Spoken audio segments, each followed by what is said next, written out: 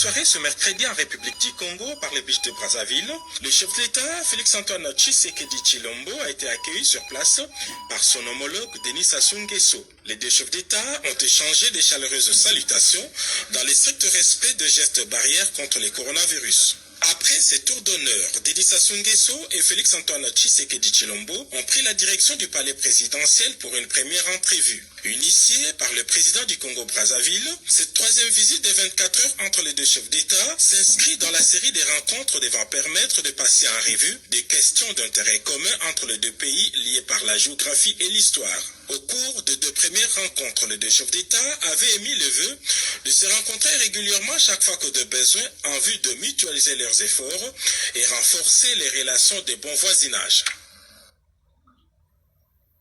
L'essentiel est de regarder d'abord les intérêts du pays et je crois que les uns et les autres sont conscients de cette prise en compte des intérêts du pays, j'entends, et donc nous allons finir par trouver des solutions.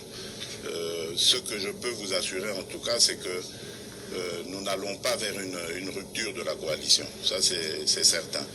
Mais évidemment, d'ailleurs en ce moment, il y a des délégués des deux camps qui se voient, qui discutent pour essayer de déblayer le chemin et de voir de nouveau les conditions de pouvoir regarder dans la même direction.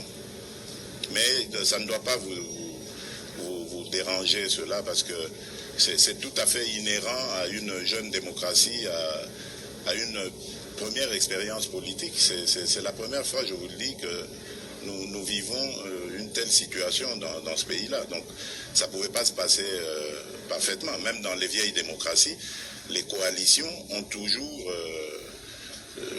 posé des problèmes. Donc ça ne doit pas choquer. Bonjour, bonsoir, na pesi peuple congolais mbote na kombo yesu nasia. Bandeko toye lisusu comme d'habitude pour to solo la. To zongi sa peuple na biso toujours na nzela. Bato faut pas comprendre que eloko nini bazobenga politique, eloko nini bazobenga lisolo. Omoni donc eloko nini bazobenga administration. Bandeko pona ngai na ngaki na sala vidéo te mais juste ezalaki bandeko oyo na solo na bango bien hein bandeko belé batindelenga moi ba audio yango ba vidéo yango plutôt ba bisinga te tala eloko oyo banini donc Kabila et non Félix alobi que vraiment hier à ça la rupture te na FCC parce que ezali coalition na bango basali donc jamais vraiment koko kababa bande ko nanga esa politique tant bazo sabino ke politique ezali kindoki politique esa makambo ebele bino bozo comprendre ngote batu bazo landa politique onire lisolo moko boye batu mibale basa kosolola politique balobaka makambo mususu ezo salama soki bozo yebate donc na lingi na faire expliquer bino moi muke na yebite so bozo la d'accord mangai mais juste ezali wana Denis Sassou Nguesso aza dictateur na mboka wana Félix aye na mboka na ye ezali état de droit ba pays moi mingi na mokili ba apprécier ye façon ya komeka ata moi justice muke wana oye komi ko banki sana moi batu ebele batu bandimi ye mais tango aye akatisi aye ko solola na papa na ye oye ezali Denis Sassou Nguesso tobosa na moto vio chombe azali bokilo na biso abalande ko na biso maman Antoinette. Donc voilà ce que le makambo place ezali. Donc Félix akoyi ko yate ke omoni coalition wana ngana bango esili tokoyoka na te mais ça ce n'est pas la diplomatie. Voilà ça politique te. Politique ezali ko musu tozako yoka yango ke Mobutu Sese Seko azo ebisa boboliko lo Konga buka lokuta. Donc il faut le commission ezo salama. Soki coalition na bango ezalaki bien Benoît Luamba oyo azalaki sommet oyo Kabila tchaki motema na ezalaki wana ke ye mutu ako destituer président Félix na pouvoir a démissionné Félix a abimisi parce que afungoli Félix babiloko ezali Félix abimisi na minute oyo ye na famille baza na Bruxelles bakimi. Est-ce que Félix a lobby yango? Lobby to lobby wana Denis Sassou Nguesso pe akoki koya na coalition. Même forme salamaki na Congo tikanga pe na salango na Congo Brazzaville po na zwa peta ya kuvanda liwezo ngai tena banana akoki pe ko beta yango. Elingo loba ketanga zo loba yango en présence ya média, en présence ya batutu akopesa image ya kobongisa. Omona akobongisa yango eza lokolo ke na restaurant. Donc viande oyo liaka na ndako na auto poulet. Mais au comme un restaurant, bazali ko présenter le yango na forme mususu. Que au somo na yango que oui ezali différent o ngana liaka na ndako na o nazoli a na restaurant. Politique eza bongo.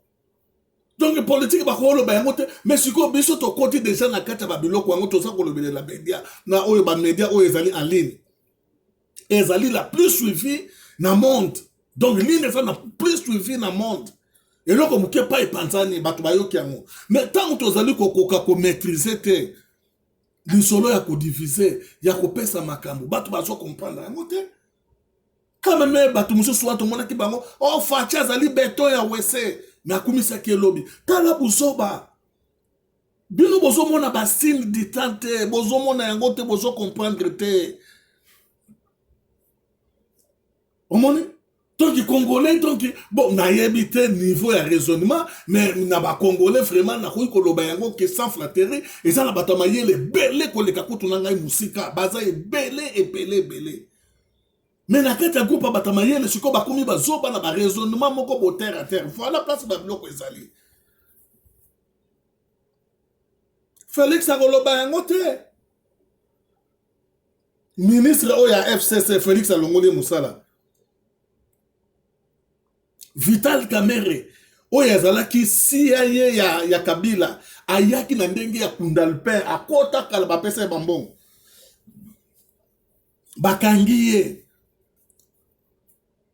batebele bakangi bango ba directeur général ba DGRK bazali na prison batebele bakoti déjà prison na minute oyo torokoza na plus de 20 ou 30 de personnes ba politiciens.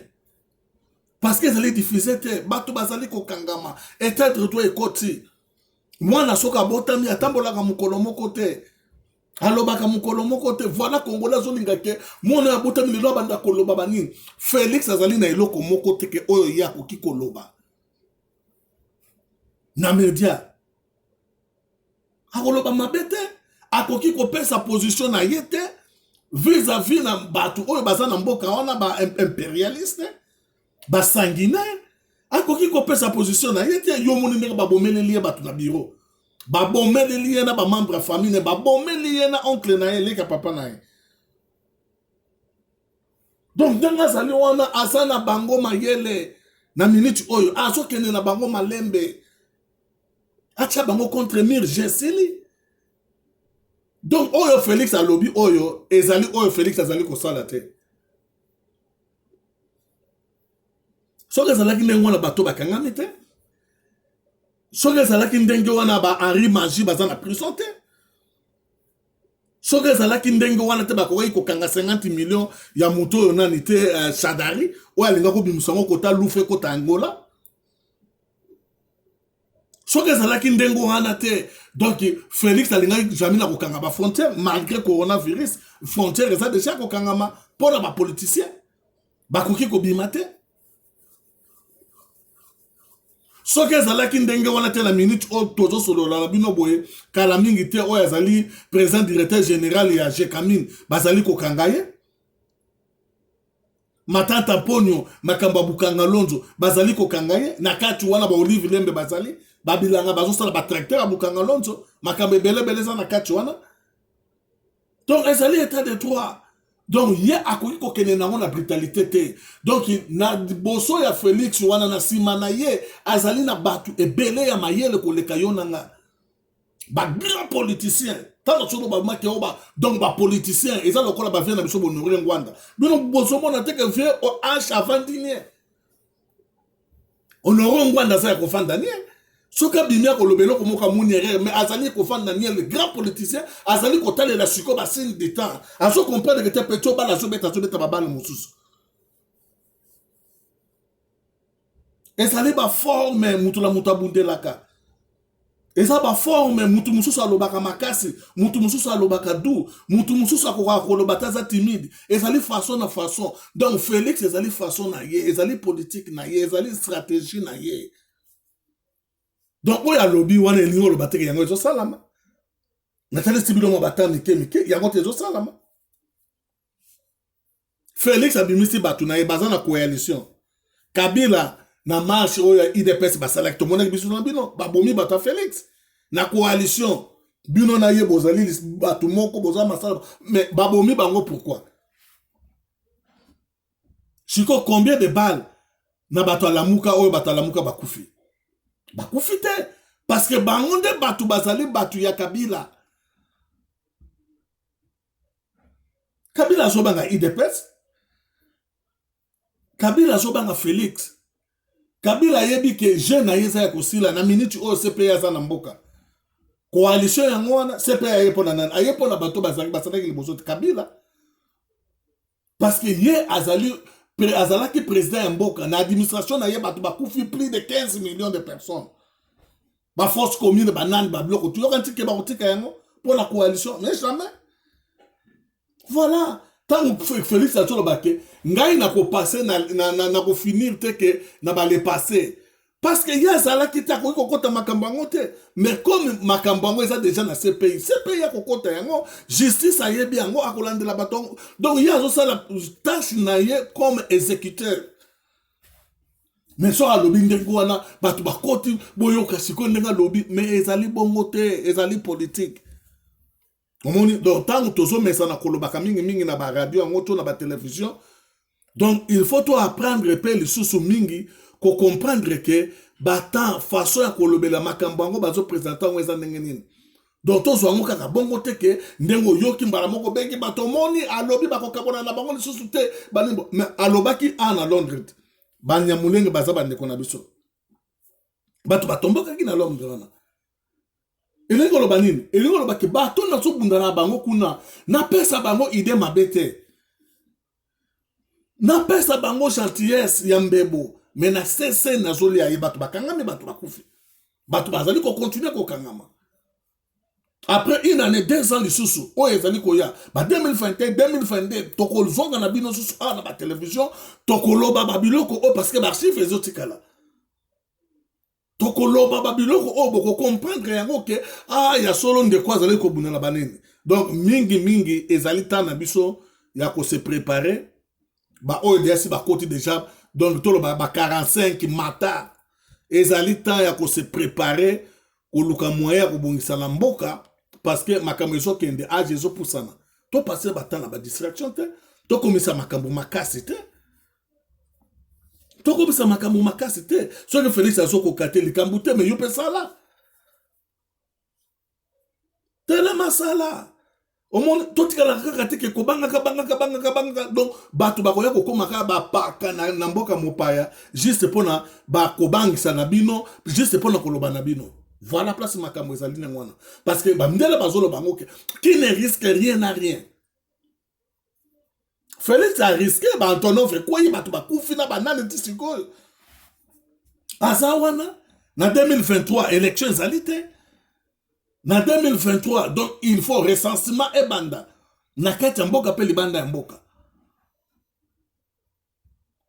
Alors tant que nous avons la code biso to la tina 2023 to zali na besoin que peuple na biso lelo o to solo la oyo boyeke peuple na so zala bien azo musala banda koder banane. Toye banane azali congolais nana za congolais te na banane ba dossier tout ça na justice wana ba muku na bafundi ba soki banane Désiré Kabila bafundi ba tout wana tout o bazali wana bafundi fundi donc il faut ba audience wana esalama